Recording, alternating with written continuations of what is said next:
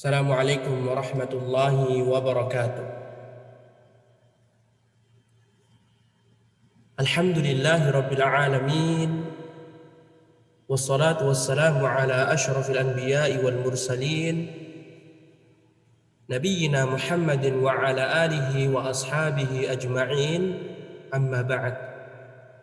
Ikhwati fillah, a'azzanallahu wa iyyakum. Bertemu kembali di kajian akidah, membahas kitab Muqarrar Maddah Al-Aqidah karya beberapa ulama yang ahli di bidang akidah.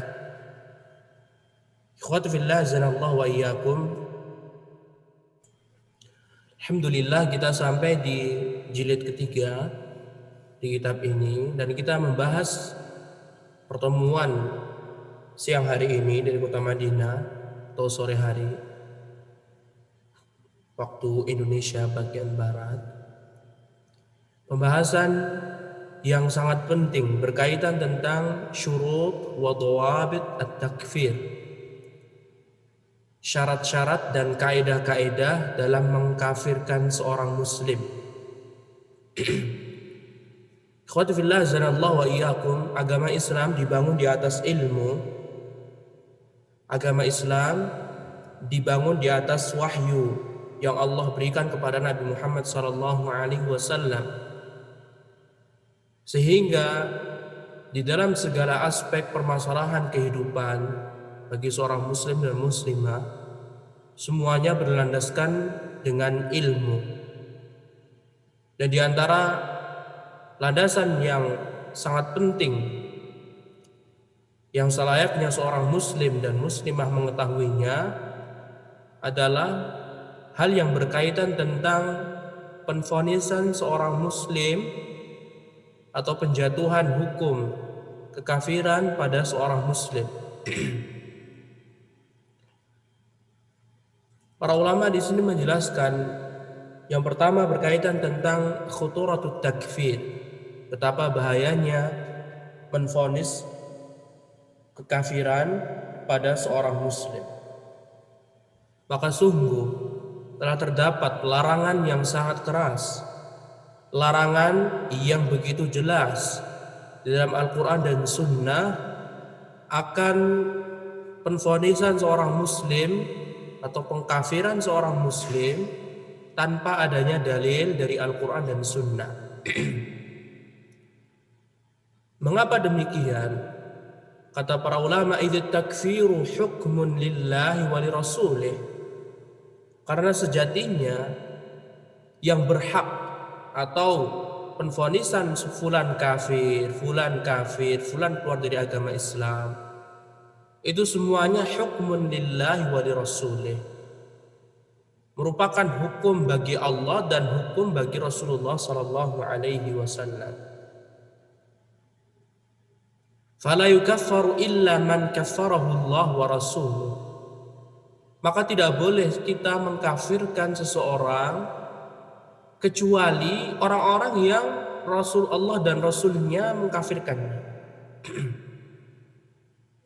Ini kaidah yang sangat penting sekali, ikhwati fillah, azanallahu wa iyyakum. Jadi seorang muslim dan muslimah tidak boleh mengkafirkan temannya sesama muslim selama dia tidak terjatuh pada hal-hal atau sifat-sifat yang Allah dan Rasulnya kafirkan. Dilarang. Karena hukum asalnya seorang muslim ya muslim. Untuk mengeluarkan dia dari arena keislaman itu membutuhkan ilmu, membutuhkan dalil. Dan itu semuanya pengkafiran, penvonisan kufur kafir, itu semuanya hukum Allah dan Rasulnya. Kalau kita sudah mengetahui pengkafiran itu adalah hukum Allah dan Rasulnya, maka kita harus mengikutinya. Tidak serampangan, tidak boleh sembarangan kita menvonis fulan kafir, fulan keluar dari agama Islam. Tidak boleh. Allah Subhanahu wa taala berfirman di dalam surat An-Nisa ayat 94. Wala taqulu liman alqa ilaikumus salama lasta mu'mina. Dan janganlah kalian mengatakan kepada orang yang mengatakan atau menampakkan kepada kalian keislamannya, lasta mu'mina, kamu bukan orang muslim. Lihatlah, Allah Subhanahu wa taala melarang. Allah Subhanahu wa taala melarang kita jika ada orang yang dia mengaku muslim, maka tidak boleh kita langsung menjatuhkan atau langsung menvonis dia bahwasanya dia bukan orang yang Islam. Ayat ini jelas sekali, wala taqulu, larangan. Sedangkan hukum asal larangan adalah haram. Wala taqulu, dan janganlah kalian mengatakan, liman alqa ilaikumus salam lasta mu'mina, kepada orang yang mengatakan bahwasanya dia muslim di hadapan kalian justru menjawabnya kamu bukan orang mukmin. Ini larangan, ikhwati fillah azanallahu wa iyyakum. Karena dalam agama Islam semuanya dinilai secara zahir. Dalam agama Islam semuanya dinilai dari hal yang nampak. Kalau zahirnya yang nampak orang tadi Islam, maka kita hukumi dia Islam. Sampai kita mengetahui dengan jelas bahwasanya fulan telah keluar dari agama Islam, terpenuhi syaratnya dan hilangnya mawani', hal-hal yang mencegahnya. Dan juga Allah Subhanahu wa taala berfirman dalam surat Al-Isra ayat 36, wala taqfu ma laysa laka bihi 'ilm innas sam'a wal basara wal fuada kullu ulaika kana 'anhu mas'ula.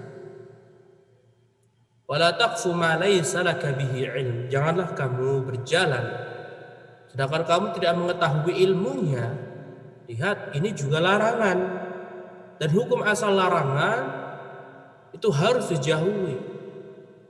Jika Allah sudah melarang, tiba-tiba kita melanggarnya, termasuk bermaksud kepada Allah Subhanahu wa taala. Inna sam'a, sesungguhnya pendengaran, wal basara, dan penglihatan, wal fuada, dan hati, kullu ulaika kana anhu mas'ula, semuanya akan dimintai pertanggungjawaban di depan Allah Subhanahu wa taala. Lihatlah ikhwati fillah azanallahu wa iyyakum, dua ayat ini jelas sekali mengisyaratkan atau mewajibkan kita dalam segala hal kehidupan ya beragama harus berlandaskan dengan ilmu. Tidak boleh kita langsung menjatuhkan atau menvonis kafir kepada seorang muslim, kepada seorang yang zahirnya muslim, pada seorang yang zahirnya sholat 5 waktu. Tidak boleh, haram, nggak boleh. Dan ini larangan yang sangat keras sekali, larangan yang sangat keras sekali. Nah, maka kewajiban seorang muslim selalu berdakwah, menyeru di jalan Allah Subhanahu wa taala di atas ilmu. Dan Allah Subhanahu wa taala tidak memerintahkan setiap muslim untuk menghukumi fulan dan fulan yang terdapat tidak di hadapannya. Maksudnya fisara'iril khalq, sesuatu yang tersembunyi di dalam diri seseorang.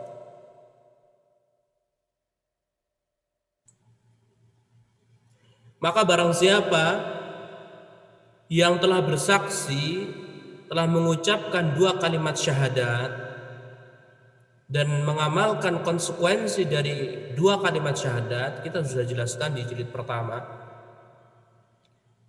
Barang siapa yang mengucapkan kalimat syahadat kemudian mengamalkan konsekuensi dari pengucapan 2 kalimat syahadat, asyhadu an la ilaha illallah wa asyhadu anna muhammadan abduhu wa rasuluh atau rasulullah, maka orang tersebut, kata penulis, hukima bi islamihi zahira, maka dia dihukumi keislamannya secara nampak. Wala sya'na lana bi sara'irihi ma lam yaqul aw ya'mal 'amalan yukhrijuhu 'an dairatil Islam.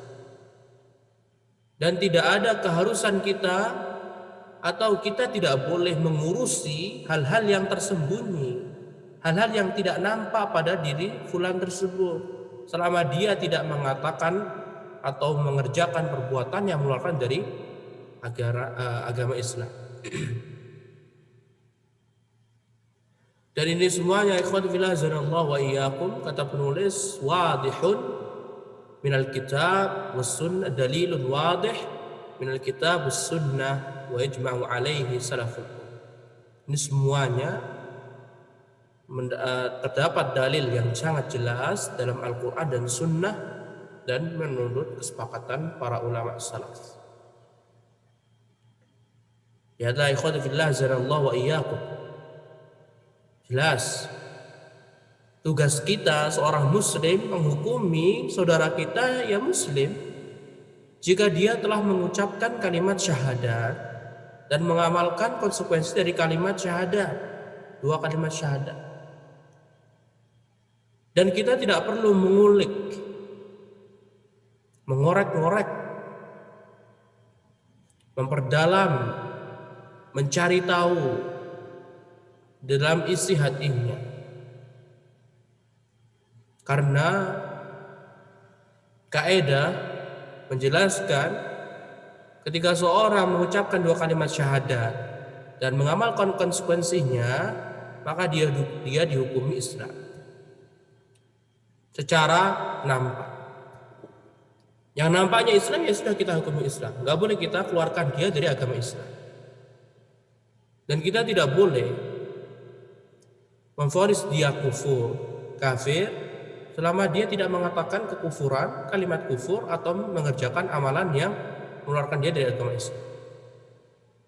Untuk kaitan perkataan yang menjadikan seorang keluar dari agama Islam atau perbuatan yang menjadikan seorang keluar dari agama Islam telah kita jelaskan di pembatal keislaman, kekufuran, untuk bisa merujuk kembali di jilid 2.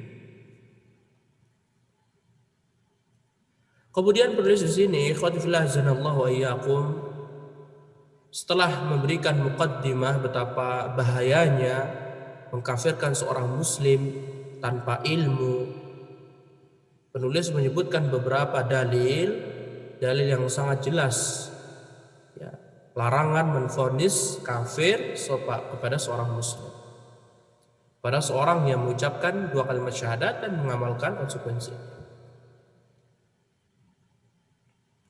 Dalil yang pertama, dalil yang diriwayatkan oleh sahabat Ibnu Umar radhiyallahu anhuma dalam hadis yang sahih riwayat Imam Muslim. Rasulullah sallallahu alaihi wasallam bersabda, "Idza qala ar-rajulu li akhihi ya kafir, falaqad ba'a biha ahaduhuma, fa in kana kama qala wa illa ruji'at alaihi." Rasulullah sallallahu alaihi wasallam bersabda, apabila seorang mengatakan kepada saudaranya, li akhi, kepada saudaranya, lihat, Rasulullah meyakini satu muslim dengan muslim yang lainnya bersaudara. Agama Islam menjelaskan satu muslim dengan muslim yang lainnya itu saudara. Barang siapa yang mengatakan kepada saudaranya, ya kafir, wahai kafir, hei orang kafir, lihat, falaqad ba'a biha ahaduhuma, maka akan terjadi dua hal. Fa in kana kama qala, ya kalau memang benar orang tadi kafir ya sudah selesai. Wa illa, kalau tidak, kalau fulan tadi tidak jadi kafir bagaimana? Ruji'at alaihi, maka kalimat kufur tersebut kembali kepada orang yang mengatakannya. Lihat betapa bahayanya menvonis kafir seorang muslim. Hei fulan kafir, hei fulan keluar dari agama Islam, hei fulan, hei fulan, hei fulan. Bahaya. Sehingga wajib seorang muslim dan muslimah menjaga lisannya dari pengucapan kalimat kafir, hei kafir, hei kafir. Begitu juga menjaga tulisannya, Ya karena sekarang kita hidup di era modern, semuanya serba canggih. Ya, kita hidup di medsos, media sosial, maka kita harus berhati-hati dalam mengetik dengan jari kita. Tidak boleh kita serampangan mengucapkan hei kafir, fulan kafir, walaupun dalam keadaan bercanda. Tidak boleh, walaupun dalam keadaan bercanda tetap dilarang. Kemudian dalil yang jelas yang kedua, larangan mengkafirkan seorang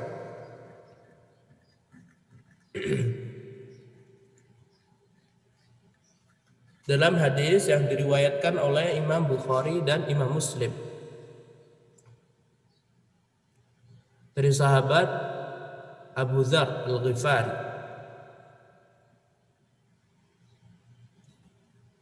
bahwasanya sahabat Rasulullah SAW Abu Dzar Al-Ghifari telah mendengar Rasulullah SAW bersabda, "Ma da'a rajulun bil kufri aw qala aduwallah wa laysa kadzalik illa hara alaihi." Tidaklah seorang laki-laki atau seorang, ya, walaupun di sini disebutkan rajul, tetapi tidak menutup kemungkinan masuk seorang wanita yang mengatakan kepada saudarinya sendiri kekafiran. Tidaklah seorang mengatakan kekufuran atau mengatakan hei musuh Allah, padahal orang tersebut yang dia vonis, yang dia jatuhkan, yang dia tuduh tidak demikian. Kata Rasulullah SAW, illa hara alaihi, kecuali akan kembali kepadanya. Lihatlah ikhwan fillah zanallahu wa iyyakum. Hadis ini sangat jelas sekali. Barang siapa yang mengatakan atau memanggil saudaranya dengan kalimat kekufuran atau mengatakan musuh Allah, hei musuh Allah, hei musuh Allah, padahal orang tersebut tidak benar di sisi Allah SWT, illa hara alaih, kecuali akan kembali kepada orang yang memvonisnya. Ini betapa bahayanya menjatuhkan, memvonis kafiran pada seorang muslim. Nah, bikhadfillah zanallahu wa iyyakum. Kemudian penulis mengatakan, fa fi hadhil ayat wal ahadits wa'idun syadidun liman atlaqal kufra ala akhihi al-muslim bighairi burhan wa tahdhir syadid min al-qawli ala Allah bighairi ilm. Di dalam ayat-ayat di atas dan hadis-hadis terdapat larangan keras mengucapkan atau menvonis kafir kepada seorang muslim tanpa adanya dalil yang jelas, tanpa adanya bukti. Dan dalam ayat di atas dan hadis-hadis yang telah kita sampaikan, kata penulis, tahdhirun syadid, terdapat larangan yang keras akan mengatakan di dalam agama Islam tanpa ilmu. Tidak boleh dalam beragama Islam seorang berkata tanpa ilmu. Semuanya harus dilandasi dengan ilmu. Semuanya harus dilandasi dengan ilmu. Nah, dua ayat di atas, wala taqulu liman alqa ilaikum assalam lasta mu'mina, dalam surat An-Nisa ayat 94. Dan janganlah kalian mengatakan kepada orang yang menampilkan keislamannya di depan kalian, hei kamu bukan orang muslim. Larangan dari Allah. Dan juga dalam surah Al-Isra ayat 36, ya Allah katakan, wala taqfu ma laysa laka bihi ilm inna sam'a wal basara wal fuada kullu ulaika kana anhu mas'ula. Janganlah kalian melakukan sesuatu tanpa ilmu, karena sesungguhnya pendengaran, penglihatan, dan hati semuanya akan dimintai pertanggungjawaban di sisi Allah Subhanahu wa taala. Ditambah lagi dua hadis yang jelas sekali larangan menvonis menjatuhkan kafir, kalimat kafir, musuh Allah atau munafik atau yang selainnya kepada saudara muslim. Hadisnya sahih. Yang pertama riwayat Imam Muslim. Idza qala ar-rajulu li akhihi ya kafir falaqad ba'a biha ahaduhuma. Fa in kana kama qala wa illa ruji'atan. Apabila seorang mengatakan kepada saudaranya, "Hei kafir, hei kamu orang kafir." Maka ada dua kemungkinan.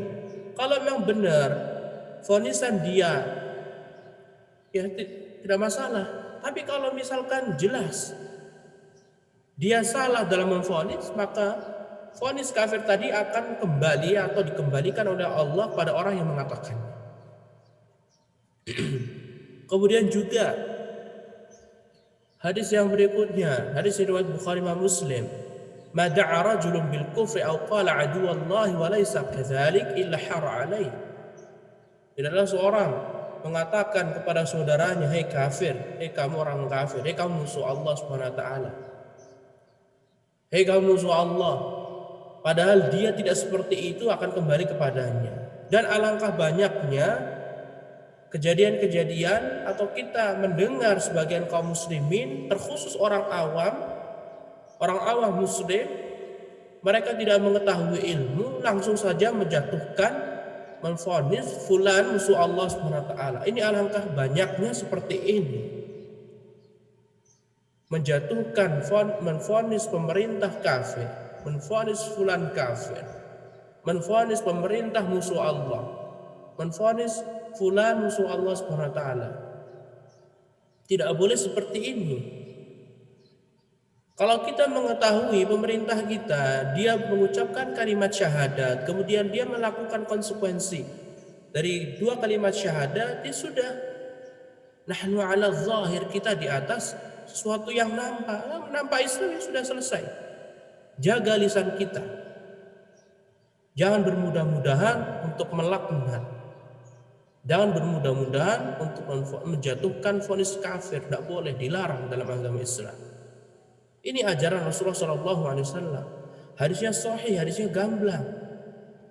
Tapi alangkah banyaknya, terkhusus orang-orang awam, terkhusus anak-anak muda, yang mereka gampang sekali terhasut oleh pemikiran-pemikiran yang jauh dari petunjuk Rasulullah SAW. Harus diwaspadai. Nah, kemudian ikhwati fillah azanallahu wa iyyakum. Hadis dan ayat tidak hanya sebatas 4 ini saja, masih banyak sekali. Di antaranya juga Rasulullah SAW melarang kita atau memberitahu kita, di antara sifat orang muslim tidak terlalu banyak mento'an, mencela, apalagi pada sesama muslim. Sama muslim tidak boleh saling menjatuhkan. Nah, kemudian ya, ketika seorang menvonis kafir, fulan kafir, kamu fulan kafir. Ya, sama saja dia menvonis Allah tidak akan mengampuni si fulan. Padahal dalam hadis yang lainnya Rasulullah SAW menjelaskan Allah marah kepada seorang yang dia bersumpah bahwasanya Allah tidak akan mengampuni si fulan. Ya Allah mengatakan, "Madzallati yata'alla 'alayya alla aghfira li fulan?" Siapa yang telah bersumpah dengan namaku, kata Allah dalam hadis qudsi, bahwasanya aku tidak akan mengampuni si fulan. Ketahuilah, kata Allah, aku ini telah mengampuni si fulan yang divonis tadi, dan aku menghapuskan seluruh amalan orang yang mengatakan. Dan hikmah dari ini semuanya, ikhwati fillah azanallahu wa iyyakum, janganlah seorang muslim terperdaya dengan keimanannya. Janganlah seorang muslim terperdaya dari fitnah. Bahaya. Terkadang kesombongan kita akan keimanan kita, kesombongan kita bahwasanya kitalah yang mengikuti petunjuk Nabi satu-satunya, itu bisa menjadi bumerang pada kita. Harus dijauhi permasalahan ini. Ini sangat penting sekali. Nah, kemudian juga di sini para ulama menyebutkan athar dari salaf, diantaranya perkata Imam Ahmad bin Hanbal. Kata Imam Ahmad bin Hanbal, rahimahullah, beliau mengatakan innal ijaba wat tahrima wat thawaba wal iqaba wat takfira wat tafsiqa huwa ila Allah wa rasulih. Laisa li ahadin fi hadha hukm wa innama 'ala an-nasi ijabun ma aujabahu Allah wa rasuluh wa tahrimun ma harramahu Allah wa rasuluh wa tasdiqu ma akhbara Allah bihi wa rasuluh. Kata Imam Ahmad rahimahullah, sesungguhnya hal atau sesungguhnya yang berhak mewajibkan, yang berhak mengharamkan, yang memberikan pahala, yang memberikan siksa, sesungguhnya yang berhak mengkafirkan, sesungguhnya yang berhak mentafsirkan, menvonis pelaku dosa besar, itu semuanya Allah Subhanahu wa taala dan Rasul. Yang berhak hanyalah Allah dan Rasul. Tidak ada seorang pun yang berhak melakukan hal-hal tersebut. Gak ada orang yang mengatakan, hei saya mewajibkan ini, saya mengharamkan ini. Saya katakan kamu dapat pahala, saya katakan kamu mendapatkan dosa. Saya vonis kamu kafir, saya vonis kamu pelaku dosa besar. Tidak boleh, itu kata Imam Ahmad. Tetapi kewajiban seorang manusia, kata Imam Ahmad, ijab ma aujabahu Allah wa rasul. Mewajibkan apa yang telah Allah wajibkan dan Rasulnya pula. Jadi ketika Allah dan Rasulnya Sallallahu Alaihi Wasallam mewajibkan sesuatu, ya sudah kita wajibkan. Wa tahrim ma haramahu Allah wa rasul. Dan juga kewajiban kita mengharamkan apa yang Allah dan Rasulnya haramkan. Kita jelaskan kepada umat Islam, kita jelaskan kepada masyarakat awam, ini loh yang diperintahkan Allah, ini loh yang diharamkan Allah Subhanahu wa taala. Itu perkataan Imam Ahmad. Wa tasdiqu ma akhbara Allah bihi wa rasul. Dan kewajiban seorang itu membenarkan apa yang telah Allah beritakan dan Rasulnya. Kalau Allah dan Rasulnya sudah berbicara di Al-Quran dan Sunnah perihal menceritakan suatu kejadian, maka kita harus membenarkannya. Kita mengajak orang untuk membenarkannya. Dan masih banyak sekali ikhwati fillah azanallahu wa iyyakum perkataan salaf yang menjelaskan larangan menvonis kafir. Gak boleh serampangan mengajarkan kamu kafir, kamu kafir. Gak cuma Imam Ahmad saja, tapi penulis hanya menyebutkan dari Imam Ahmad rahimahullah. Nah, sehingga ikhwati fillah azanallahu wa iyyakum, dengan ini semuanya kita sudah paparkan dalil dari Al-Quran, dalil dari Sunnah, begitu juga perkataan salaf.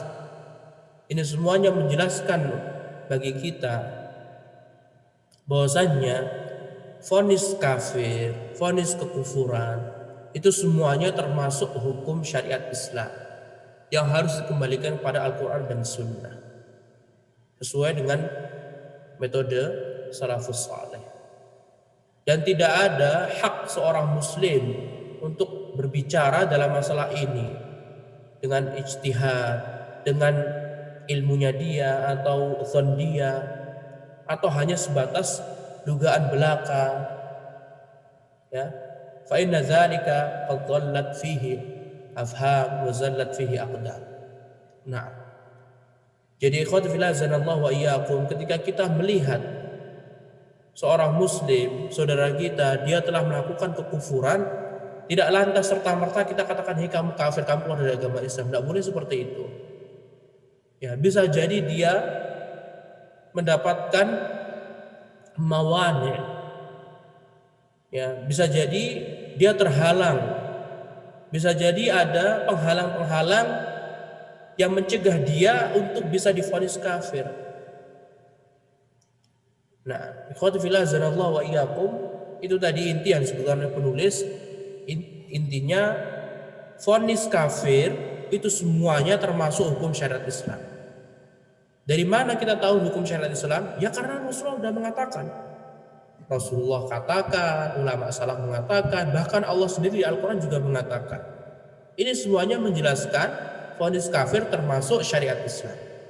Sedangkan syariat Islam harus berlandaskan ilmu, tidak boleh akal-akalan. Mentang-mentang kita lihat fulan melakukan perbuatan kufur, langsung kita vonis, fulan kafir. Mentang-mentang fulan mengatakan perkataan kufur, langsung kita vonis, fulan kafir. Tidak boleh seperti itu. Hati-hati, hadisnya jelas, hadisnya sahih diriwayatkan Imam Bukhari, Imam Muslim.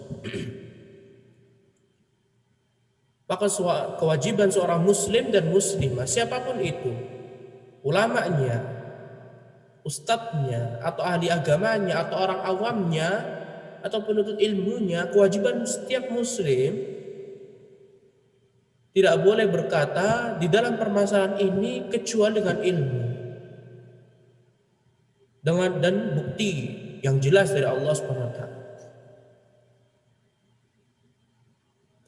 Karena mengeluarkan seorang dari agama Islam dan memasukkan seorang dalam kekafiran itu perihal yang sangat besar dalam agama Islam.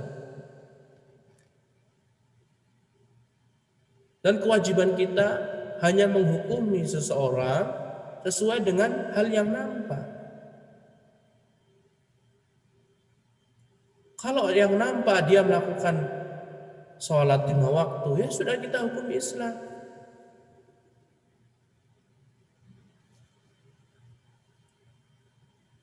Kalau misalkan dia yang nampak, dia sholatnya bolong-bolong atau tidak melaksanakan sholat 5 waktu, stop lisan kita, langsung mengatakan dia kafir. Tidak boleh seperti itu. Walaupun kita mengetahui sejak lama tetangga kita dia tidak melaksanakan sholat 5 waktu, stop. Ingat, kita hanya diperintahkan untuk mendakwahinya. Kalau dakwah kita diterima, alhamdulillah. Kalau dakwah kita tidak diterima, ya sudah, urusan dia sama Allah SWT.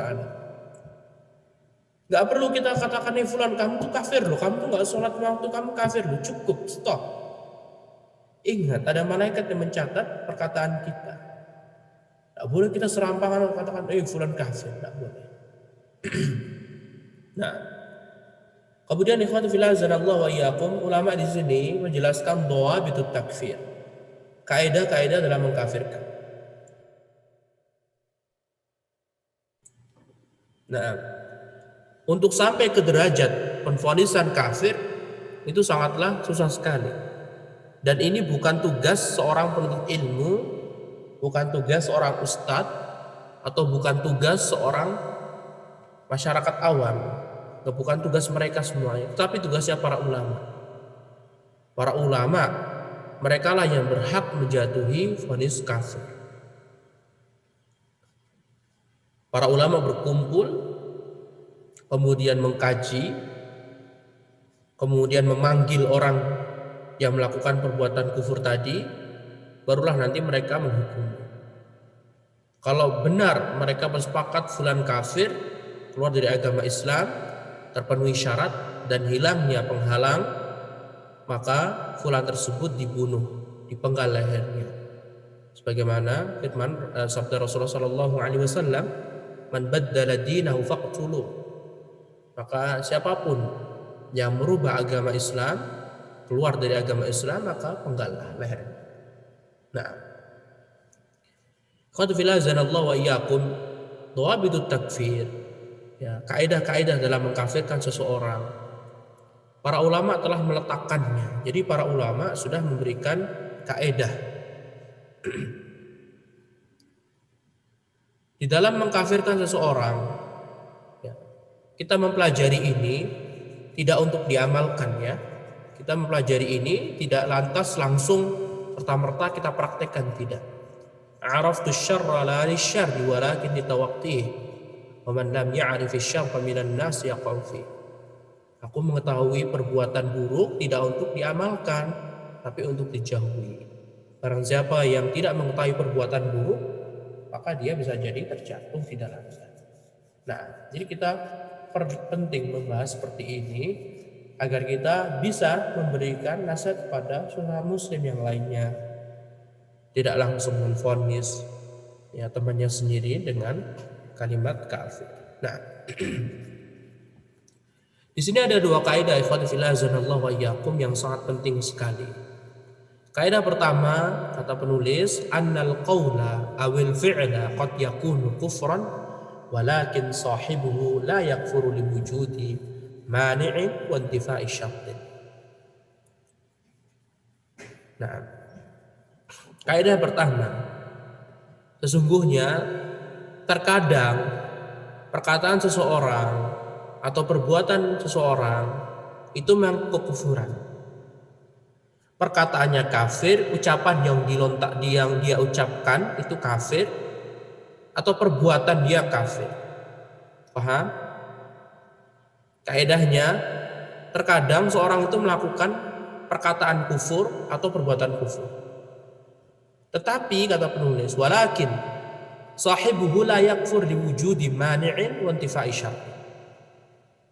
Akan tetapi pelakunya, orang yang mengatakan atau yang melakukan perbuatan kufur tadi, dia tidak keluar dari agama Islam. Kenapa? Liwujudi mani', karena adanya penghalang, wantifa'i syartin, dan hilangnya syarat. Karena di dalam mengkafirkan seseorang, misalkan kita ambil contoh Abu Jahal yang Rasulullah kafirkan. Abu Jahal dia kafir. Abu Jahal ini, khadifillah zanallahu wa iyyakum, dia terpenuhi syarat-syaratnya. Di antara syaratnya, dia benar-benar mengetahui nubuah kenabian Rasulullah SAW. Dan dia bukan orang yang bodoh. Nah, nanti akan disebutkan oleh penulis ya, syarat-syaratnya, insya Allah. Kemudian juga harus hilangnya mawani', hilangnya penghalang. Di antara penghalang adalah salah pentafsiran. Abu Jahal dia benar-benar mengetahui, karena dia cerdas, pintar, mengetahui, tapi dia tidak mau beriman kepada Nabi Muhammad SAW. Dan dia faham tafsir la ilaha illallah, bahwasanya ketika seorang mengucapkan la ilaha illallah, dia harus menyembah hanya kepada Allah saja. Abu Jahal memahami hal demikian. Tetapi Abu Jahal tidak mau. Nah, maka Abu Jahal sudah tidak ada lagi penghalang. Maka jelas Abu Jahal divonis kafir. Nah, menurut kesepakatan ulama, Abu Jahal kafir. Nah, dan dia masuk ke dalam neraka. Nah, ikhwatifillah zanallahu wa iyyakum, jelas ya kaidahnya. Jadi siapapun yang mengucapkan kalimat kafir atau melakukan perbuatan kekufuran, tidak serta-merta dia keluar dari agama Islam, karena terkadang syaratnya hilang atau terdapat penghalang. Untuk mengetahui perkataan apa saja yang berupa kekufuran, perbuatan apa saja yang berupa kekufuran, kita telah menjelaskan di jilid 2, Anda bisa cari di sana penjelasan tentang pembatal keislaman, kekufuran. Nah,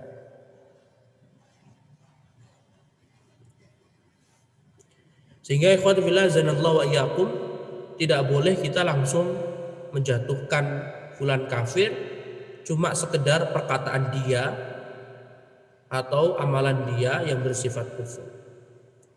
Hatta taquma alaihi hujjah, sampai dia benar-benar mengetahui ilmunya dan hilangnya syubhat.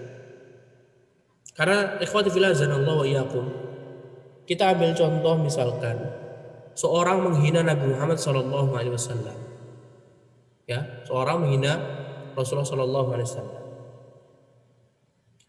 atau melawak, tetapi jatuhnya menghina agama Islam. Gak boleh kita langsung mengatakan fulan kafir karena dia menghina agama Islam, gak boleh.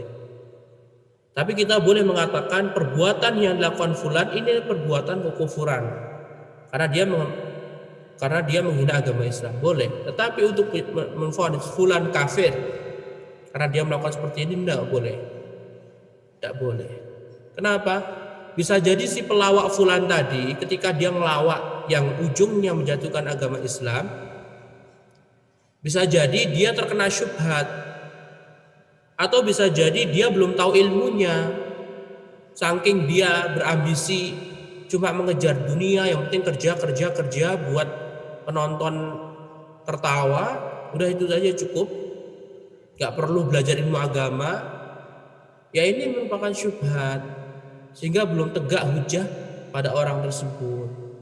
Sehingga kita nggak boleh mengatakan fulan kafir, walaupun dia telah mengatakan perbuatan kufur, dia telah mengatakan perkataan kufur.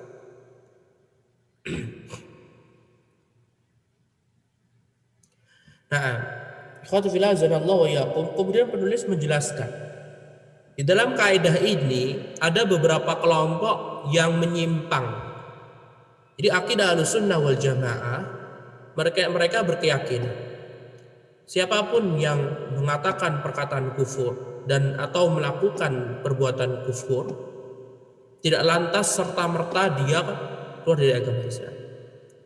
Tapi ada kelompok yang lain selain Ahlussunnah, mereka menyelisih seperti orang-orang Khawarij, kemudian orang-orang Rafidhah, Syiah Rafidhah, kemudian orang-orang Qadariyah yang menafikan takdir Allah Subhanahu wa taala. Jadi semua amalan manusia itu tergantung dia sendiri. Allah nggak campur tangan. Ya, kalau misalkan dia sakit kanker itu ya sebab dia sendiri. Dia terpleset karena dia sendiri. Dia tersilet, terluka di jarinya, keluar darah itu gara-gara dia sendiri. Itu Qadariyah, menafikan takdir Allah Subhanahu wa taala. Dan juga Jahmiyah, ya, 4 kelompok ini kelompok sesat. Kelompok penyimpang dari ajaran Islam yang benar. Karena 4 ini, kata penulis, fa inna haula yukaffiruna biduni iqamati hujjah wala izalah syubha bal yukaffiruna mukhalifihim bighairi mukaffir. 4 kelompok Khawarij, Syiah Rafidhah, Qadariyah, Jahmiyah, mereka semuanya bermudah-mudahan dalam mengkafirkan seseorang tanpa adanya iqamatul hujjah, tanpa menghilangkan syubhatnya. Ibarat kata orang Khawarij, Rafidhah, Qadariyah, Jahmiyah, mereka itu tidak mensidang dulu. Jadi kalau ada di hadapan mereka orang yang mengatakan tadi melawak, tapi jatuhnya menghina agama Islam, orang Khawarij langsung kafir. Syiah Rafidhah kafir, terus kafir, semuanya kafir, tanpa disidang terlebih dahulu. Berbeda dengan Ahlussunnah wal Jamaah. Ketika Ahlussunnah wal Jamaah, mereka tahu fulan telah melakukan perbuatan kufur, dipanggil, disidang, dimintai keterangan. Kenapa seperti ini? Kenapa seperti itu? Apakah tahu ilmunya? Apakah ini dan itu? Pokoknya diberikan beberapa pertanyaan sampai dia menjawab. Ya, nanti hasilnya mereka akan putuskan. Kalau benar fulan tadi yang melawak tadi, tegak hujah padanya dan tidak ada syubhat dan dia tahu ilmunya, maka jelas dia divonis kafir. Kalau sudah divonis kafir kumpulan ulama, dia akan dijatuhi hukuman mati.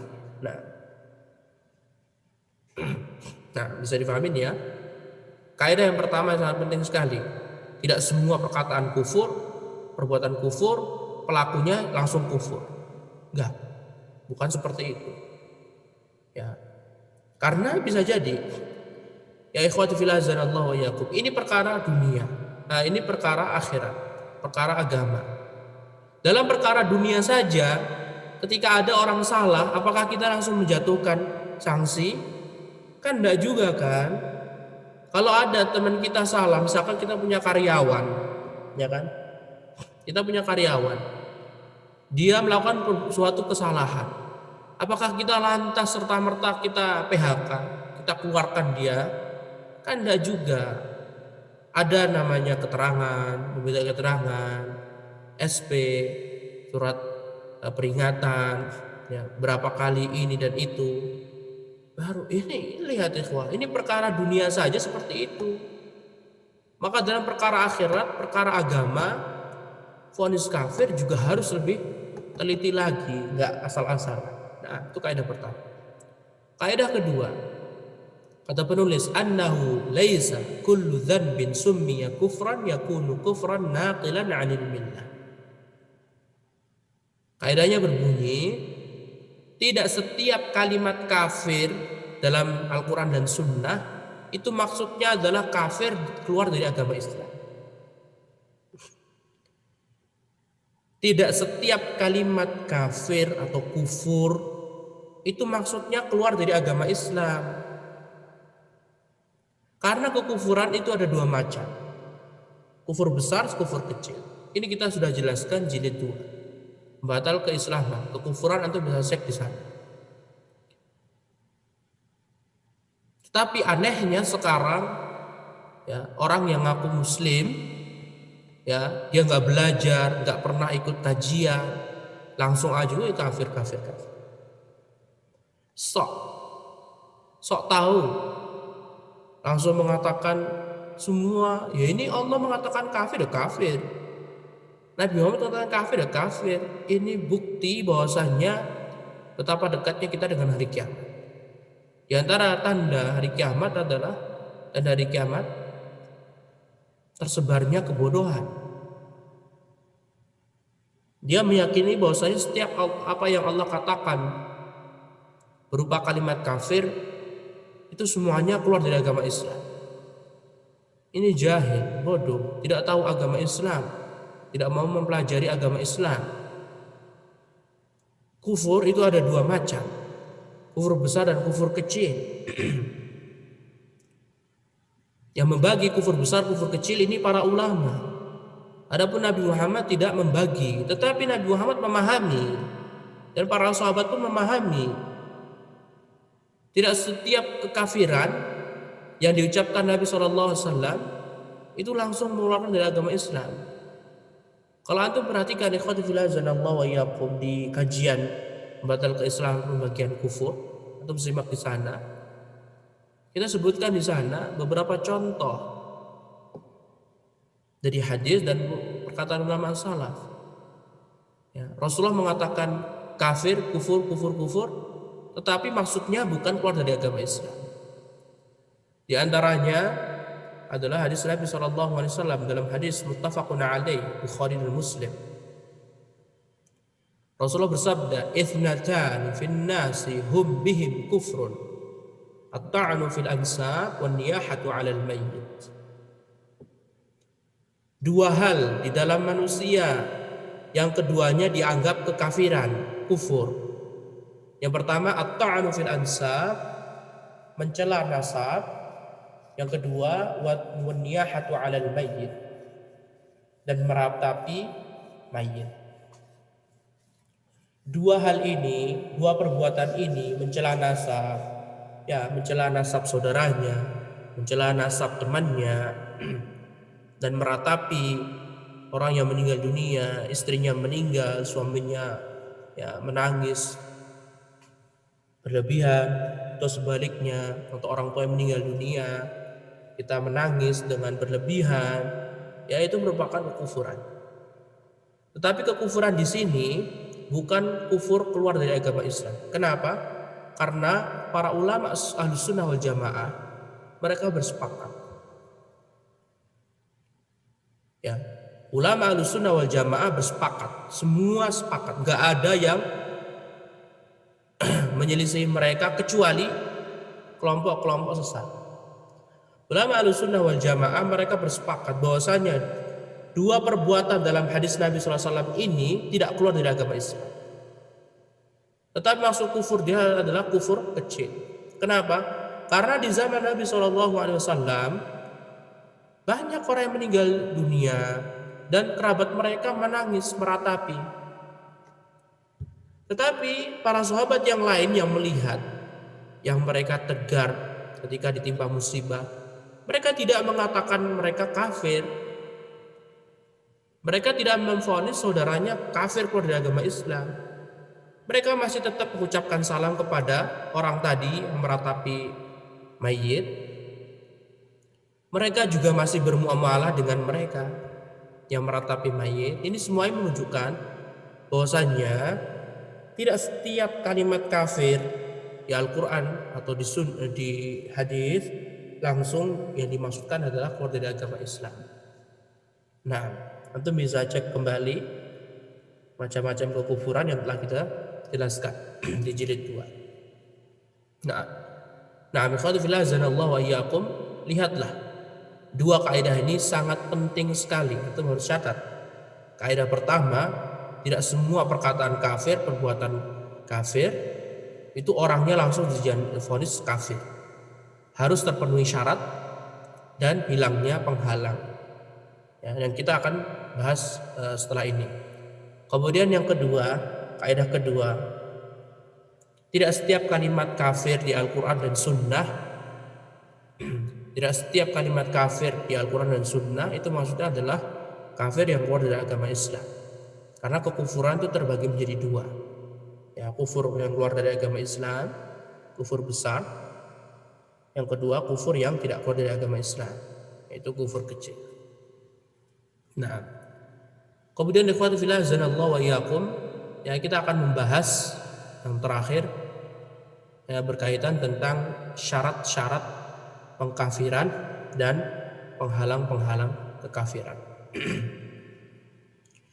Ikhwati fillah azanallahu wa iyyakum, tentunya Rasulullah sallallahu alaihi wasallam beliau tidak mengatakan syarat pengkafiran 1, 2, 3, tidak. Kemudian Rasulullah juga tidak mengatakan penghalang kekafiran 1, 2, 3, 4, tidak. Ya. Tetapi Rasulullah hanya mengatakan wahyu dari Allah Subhanahu wa taala. Kemudian para ulama meneliti, menelaah sabda Rasulullah SAW dan Al-Quran, kemudian mereka membaca perkataan ulama salaf terdahulu, sehingga para ulama menghasilkan penelitian, yaitu berkaitan tentang syurutut takfir, syarat mengkafirkan. Nah, syarat pengkafiran ada 6. Ada 6 syarat. Jadi fulan ya, misalkan Ali, namanya Ali. Ali ini dia dijatuhi kafir jika dia terpenuhi syarat-syaratnya. Syarat pertama, bisa sambil dicatat, an yuzhira hadzal insan al-kufra biqaulin aw fi'lin hatta wa in kana mudda'iyan lil Islam.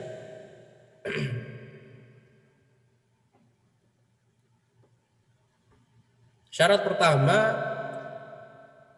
hendaklah seorang menampakkan kekufurannya, baik perkataan kufur maupun perbuatan kufur, walaupun dia mengaku Islam. Jadi syarat yang pertama adalah al-izhar. Jadi menampakkan terang-terangan. Ya, dia menampakkan perkataan kafir atau perbuatan kafir. Kalau fulan, kalau si Ali tadi, dia diam-diam. Ya, misalkan dia mencela agama Islam, dia di hadapan orang lain, dia sendirian aja, maka tidak boleh kita langsung mengatakan fulan kafir. Syarat pertama, dia terang-terangan dalam melakukan perbuatan kufur. Ya, misalkan dia, si Ali tadi, menyembah kuburan, itu perbuatan kufur, terang-terangan, semuanya tahu. Sehingga apa? Syarat pertama, checklist terpenuhi. Nah, kemudian syarat yang kedua, an tablughahul hujjatul mujibatu li bayanil haqqi wa zawali syubhah wa an takuna tilkal hujjatu thabitatun ladaihi in kana min ahli al-ilmi wan nazar. Syarat yang kedua adalah sampainya hujjah, tegaknya hujjah yang menjelaskan kebenaran dan bisa menghilangkan syubhat seorang tadi.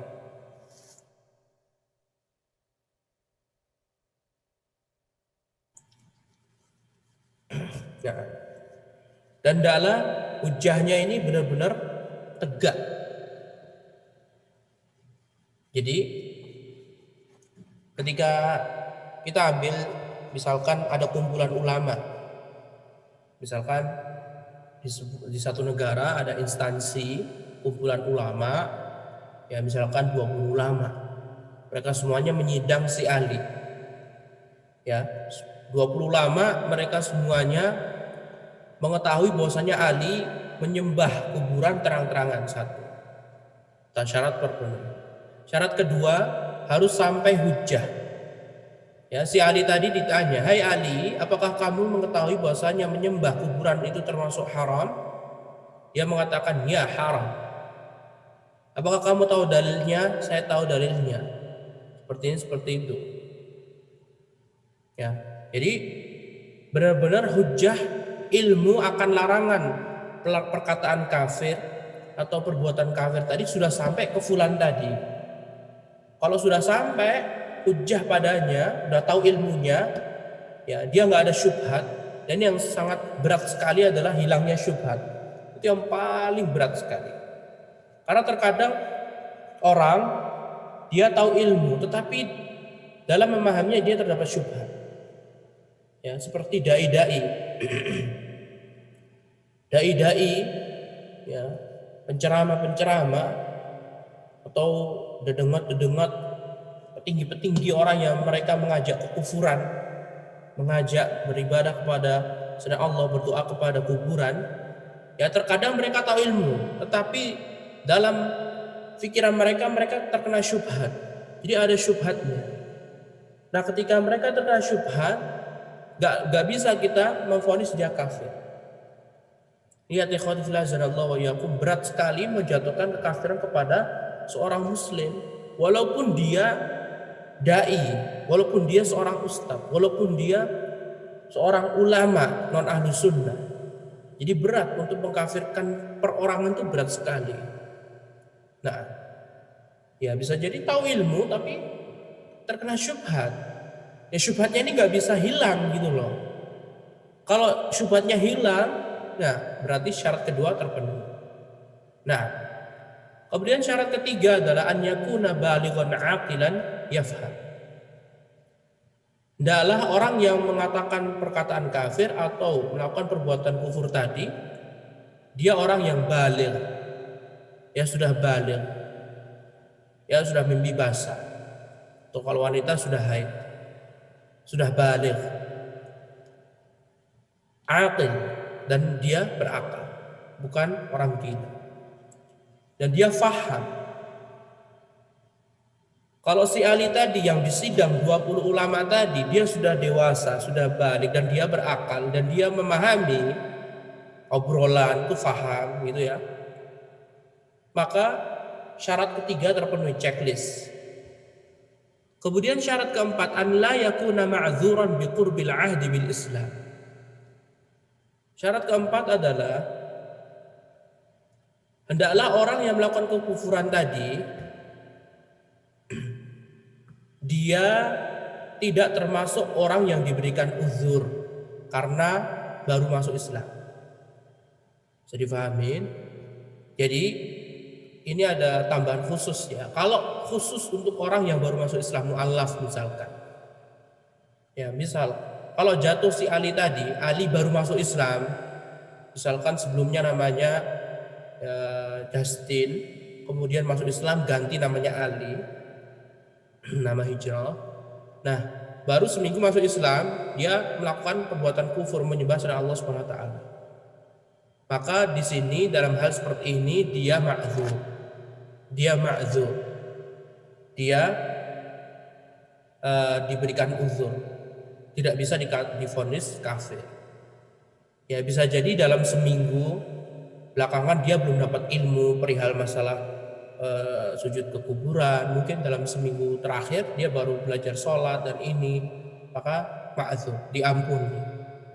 Nah, tapi kalau misalkan si fulan tadi, si Ali tadi, dia tahu, ya sudah, misalkan ya memang dulu dia pernah mu'alaf, tapi mu'alafnya sudah 5 tahun, udah 3 tahun, dan dia tahu ilmunya semuanya, ya sudah, checklist.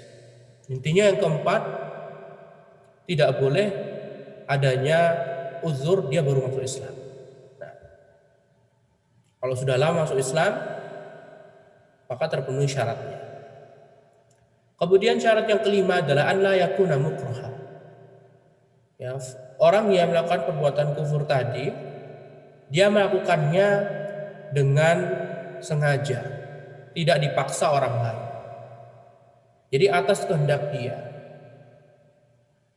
Kalau si Ali tadi dia menyembah kuburan, ya, karena keinginan dia sendiri, maka syarat terpenuhi. Syarat terpenuhi. Gak bisa apa ikhwah? Kita bisa mengatakan fulan kafir, si Ali kafir, kalau terpenuhi. Tapi kalau dia dipaksa, ya, dia dipaksa, kalau kamu gak nyembah sama kuburan wali fulan, kamu akan dibunuh, ya, atau melakukan perkataan kufur, misalkan ngelawak, kamu harus seperti ini, tapi dia terpaksa, misalkan dia diancam atau ini dan itu, maka tidak terpenuhi syaratnya. Jika dia melakukan perkataan kufur tadi, mengatakan perkataan kufur dan melakukan perbuatan kufur itu dengan keinginan dia sendiri, maka jelas terpenuhi syarat. Kemudian yang terakhir, yang keenam adalah an la yakuna jahilan bi an yansha'a bi badiyatin ba'idatin 'anil ilm. Yang keenam adalah harus orang tadi berilmu. Ya, tidak boleh dalam keadaan jahil. Contohnya dia tumbuh di pedalaman yang jauh dari ilmu. Jadi orang yang divonis kafir, dijatuhkan hukuman kafiran, dia harus benar-benar berilmu atau dia tumbuh di kalangan ilmu, ya, jauh dari kejahilan.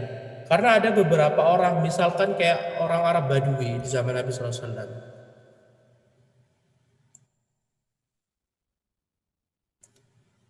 Orang Arab Badui datang kepada Nabi Muhammad SAW. Kemudian mereka mengatakan kekufuran.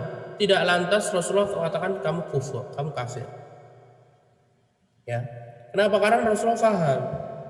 Orang Arab Badui dia jahil, apalagi zaman dahulu tidak ada internet seperti sekarang yang bisa membuka situs-situs Islami. Nah, sehingga orang Arab Badui tadi, orang-orang pedalaman yang mereka tumbuh tidak di atas ilmu, pengajian jarang, maka tidak boleh langsung divonis kafir. Nah, ikhwatu fillah azanallahu wa iyyakum, 6 syarat kekufuran. Dan ini sebenarnya panjang sekali. Kalau seandainya kita mau buka buku-buku para ulama, setiap poin ini, syarat ini ada dalilnya. Tapi penulis di sini tidak menyebutkan dalilnya. Tapi ini semuanya berdasarkan dalil, baik di Al-Quran maupun Sunnah. Kita ulangi sekali lagi, ya. Si Ali tadi atau fulan, dia dijatuhkan hukuman kafir jika terpenuhi 6 syarat. Syarat pertama, dia melakukannya dengan terang-terangan. Yang kedua, telah sampai hujjah, jadi dia benar-benar faham permasalahan tersebut haram, tidak diberitakan oleh Allah. Kemudian yang ketiga, harus baligh, sudah dewasa.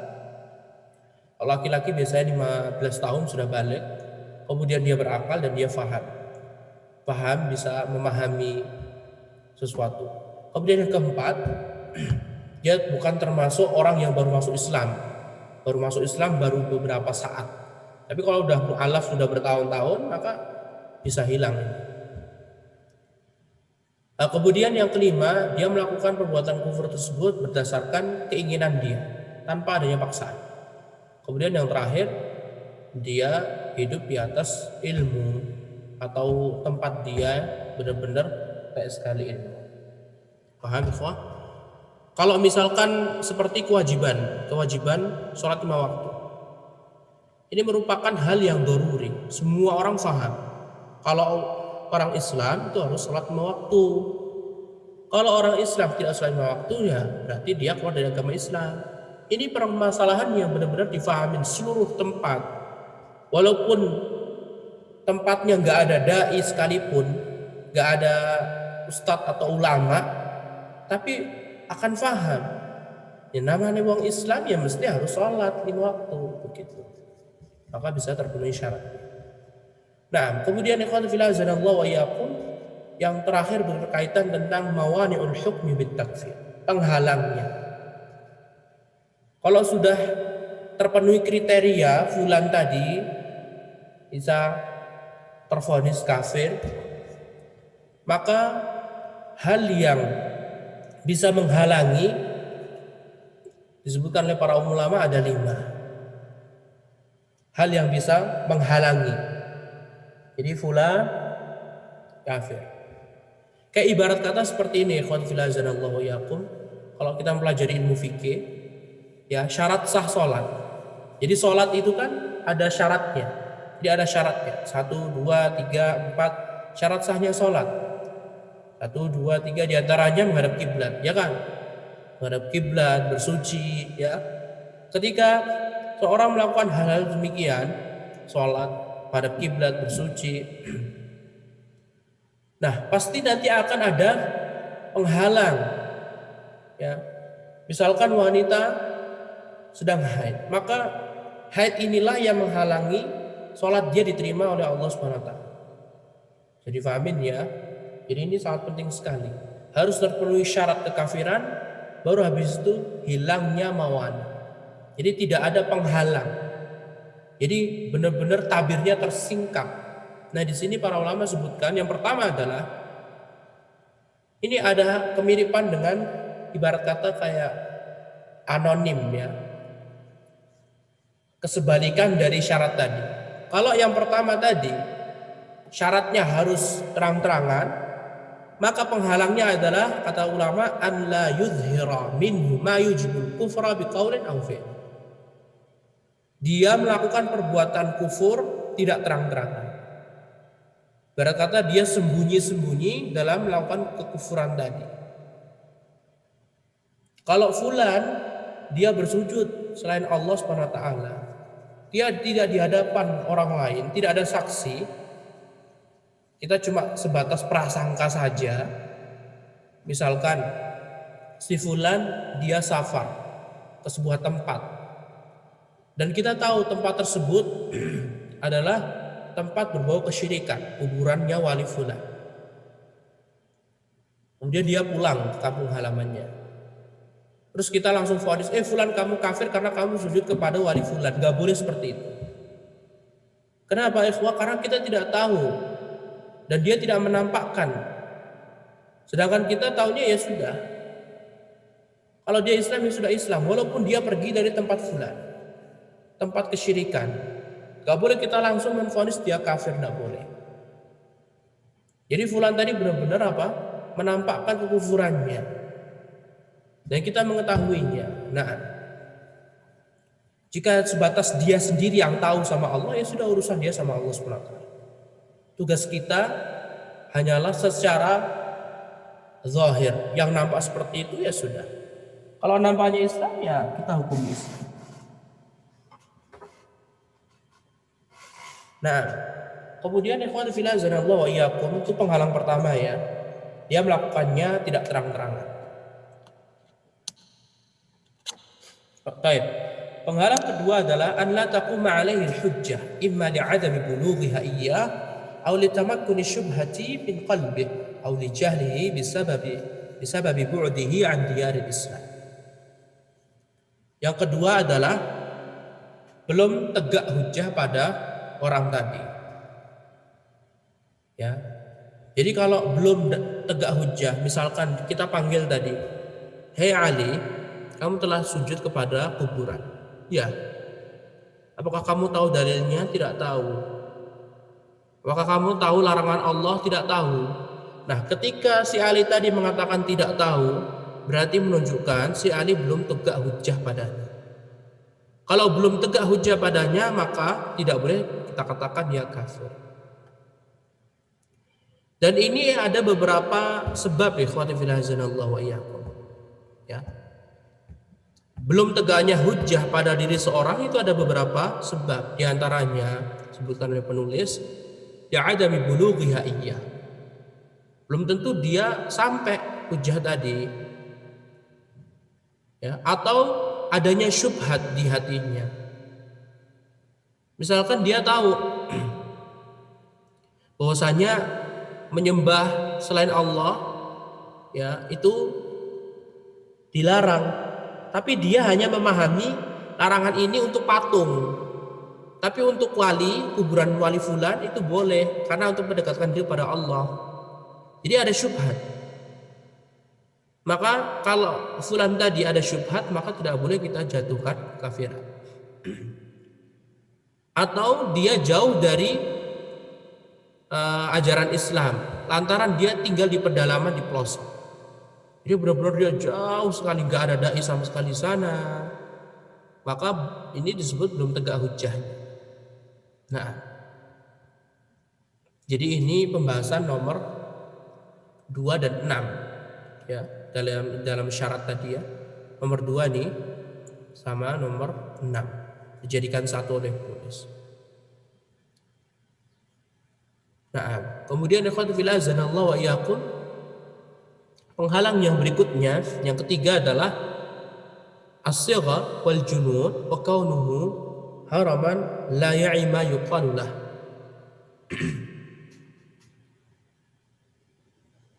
Masih kecil, ya, belum dewasa, atau gila, atau dia sudah tua renta tapi dia nggak paham apa yang dikatakan, ya, ini menjadi penghalang. Ini lawan juga dari tadi syaratnya nih. Kalau syaratnya tadi harus dewasa, harus berakal, maka ini penghalangnya. Jika yang melakukan kekufuran anak kecil maka tidak dianggap. Jika yang melakukan kekufuran orang yang gila maka tidak dianggap juga, ya. Atau yang melakukan kekufuran orang tua yang sudah tua renta, yang dia nggak paham, terkadang baru berapa detik dia ngomong langsung lupa apa yang dia omongkan, maka dia tidak dianggap terpenuhi syaratnya karena terdapat penghalang. Nah, kemudian yang keempat, dia jahil, dia benar-benar tidak tahu ilmu. Jadi tidak ada di kampung dia atau di negerinya dia seorang yang menjelaskan larangan Allah Subhanahu wa taala. Atau dia benar-benar jauh dari ajaran Islam. Atau dia benar-benar baru masuk Islam kemarin sore. Ya. Pokoknya kalau ada uzur ya sudah selesai. Lihatlah ikhwati fillah azanallahu wa iyyakum, ini semuanya menunjukkan mengkafirkan seseorang itu bukan hal yang sepele. Bukan hanya sekedar membalikkan telapak tangan, tidak. Tapi harus benar-benar tahapnya luar biasa. Sehingga yang berhak menjatuhkan kekufuran itu bukan penuntut ilmu, bukan ustadz, bukan orang awam, tapi para ulama. Itu pun gak cuma satu, harus beberapa ulama yang faham betul-betul agama Islam dan sudah mensidang dia. Nah, kemudian penghalang yang kelima adalah al-ikrah ala qaul aw amalil kufri ikrahan muljian. Ya, penghalangnya adalah dipaksa. Terpaksa melakukan perbuatan kufur, mengatakan perkataan kufur. Terpaksa. Terpaksa yang benar-benar terpaksa, ikhwah. Kalau cuma sekedar terpaksa doang, ya kamu harus ini ya, tapi nggak sampai dibunuh, maka bisa terjatuh vonis kafir. Jadi keterpaksaan dia harus benar-benar terpaksa. Nah, ikhwatu fillah azanallahu wa iyyakum, 5 hal ini sama seperti syarat-syaratnya. Terdapat dalil, ini semuanya berdasarkan dalil, ya, disebutkan oleh para ulama, ya, tapi di buku sini tidak disebutkan oleh para ulama. Nah, kemudian ikhwatu fillah azanallahu wa iyyakum, di akhir pembahasan penulis menjelaskan sekali lagi, ya, inilah sebagian kaedah-kaedah dan syarat atau penghalang yang disebutkan oleh para ulama Ahlussunnah wal Jamaah. Maka kewajiban seorang muslim untuk selalu memperhatikannya, ya, harus berpegang teguh dengan syarat, kaedah dan penghalang-penghalang ini. Dan sungguh kata penulis telah tersebar fitnah. Telah tersebar fitnah. Betapa cepatnya, betapa terburu-burunya kaum muslimin menjatuhkan, menvonis kekafiran kepada saudaranya tanpa adanya ilmu. Itu kata ulama ya, bukan perkataan anak, tapi perkataan ulama. Imma li jahlihim aw bu'dihim min ahli al-ilmi aw tamakkuni ba'd asy-syubahi wan nihali fi qulubihim. Ya, fitnah ini terlalu mempercepat vonis fulan kafir, pemerintah kafir, fulan kafir, presiden kafir, menteri ini kafir semua. Ini semuanya bisa jadi akibat dari kebodohan yang merajalela. Jadi kebodohan yang tersebar di masyarakat Islam, gak mau belajar, atau dia tahu ilmu tetapi dia sok-sokan, dia sok ulama, sehingga dia jauh dari para ulama yang asli. Karena ada loh ikhwati fillah azanallahu wa iyyakum, baru lulus S1 atau S2, S3, langsung saja lisannya mengkafirkan ini dan itu, ini dan itu. Dia mengaku bahwa dia adalah kutu buku, banyak membaca, banyak pengalaman ini dan itu. Tapi hakikatnya dia jauh. Ya, sebabnya seperti ini. Dan ada seperti ini. Ya. Dia belajar di pesantren sudah lama. Kemudian lulusan dari universitas ternama agama Islam. Dia seorang ustaz. Tapi dia ya terlalu terburu-buru dalam mengkafirkan fulan kafir, fulan kafir, fulan kafir. Kenapa? Karena dia terpedaya terhadap ilmu yang dia punya, ilmu yang dia miliki. Ketika kita terpedaya terhadap ilmu yang kita miliki saat ini dan kita menyombongkan diri, nggak mau berpegang teguh dengan ulama, bahkan mengatakan hum rijal wa nahnu rijal.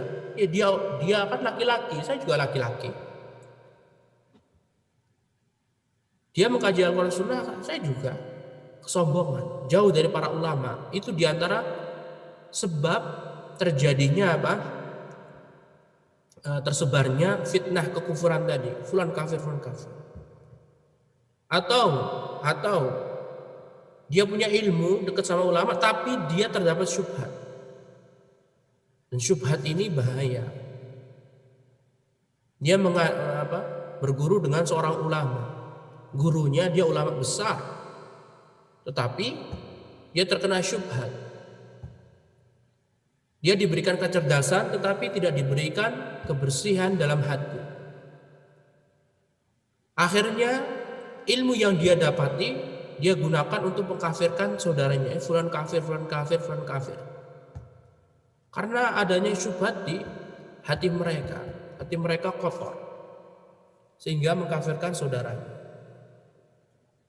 Nah, kemudian semua ini kata penulis wal makhraju min dzalika huwa al-'audatu ila al-kitab was sunnah wal i'tisam bihablillahil matin wal iqtida'u biman salaf min al-ulama'i rabbaniyyin wal hudatil muslih.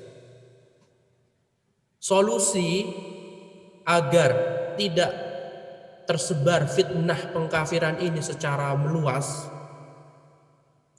solusinya adalah kata penulis kembali kepada Al-Quran dan Sunnah.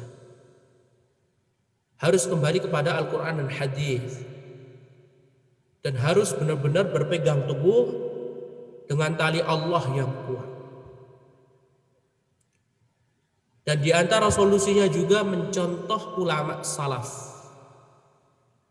Ulama salaf dari kalangan ulama rabbaniyin yang mereka mendapatkan petunjuk dari Allah SWT dan orang-orang yang saleh. Nah, inilah ikhwan fillah azanallahu wa iyyakum solusi dari tersebarnya fitnah penfonisan terhadap fulan kafir, fulan kafir.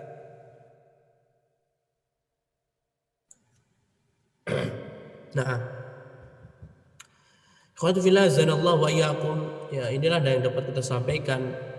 Ya, perhatikan sekali lagi pembahasan permasalahan ini bukan permasalahan yang sepele.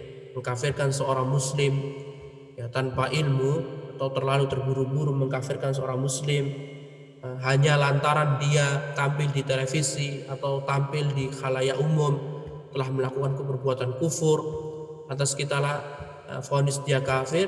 Ya, berhati-hatilah terhadap perbuatan semacam ini. Ingatlah, daripada kita mengurusi hidup fulan dan fulan, mengkafirkan fulan dan fulan, lebih baik kita memperbanyak amal soleh, membaca Al-Quran dan yang lainnya, menuntut ilmu agama. Nah, khotfillah zanallahu wa iyyakum, ini yang dapat kita sampaikan berkaitan tentang pembahasan dhawabit at-takfir, kaidah-kaidah dalam penfonisan kekufuran terhadap seorang muslim. Ya, tugas kita hanyalah berdakwah. Kalau diterima alhamdulillah, kalau tidak diterima ya sudah. Gak perlu kita katakan fulan kafir, fulan kafir, fulan kafir. Nah, sekalipun dia ustadz terkenal, sekalipun dia ahli agama yang terkenal, dia melakukan perbuatan kufur, maka tidak sepantasnya kita terburu-buru dalam keadaan kafir. Nah, pembahasan ini sangat panjang sekali, tapi para ulama hanya menjelaskan syurut dhawabit takfir. Nanti ada juga pembahasan yang bercabang dari pembahasan ini, misalkan mengkafirkan penfonisan fulan masuk neraka. Ya, nanti ada pembahasannya tapi tidak disebutkan oleh penulis. Wallahu taala a'lam. Semoga Allah Subhanahu wa taala selalu mendekatkan kita kepada petunjuk Rasulullah sallallahu alaihi wasallam. Allahumma arinal haqqa haqqan warzuqna ittiba'ah wa arinal batila batila warzuqna ijtinabah. Wabillahi taufiq. Wa sallallahu wasallama ala nabiyyina Muhammad wa ala alihi wa sahbihi wa sallama tasliman katsiran.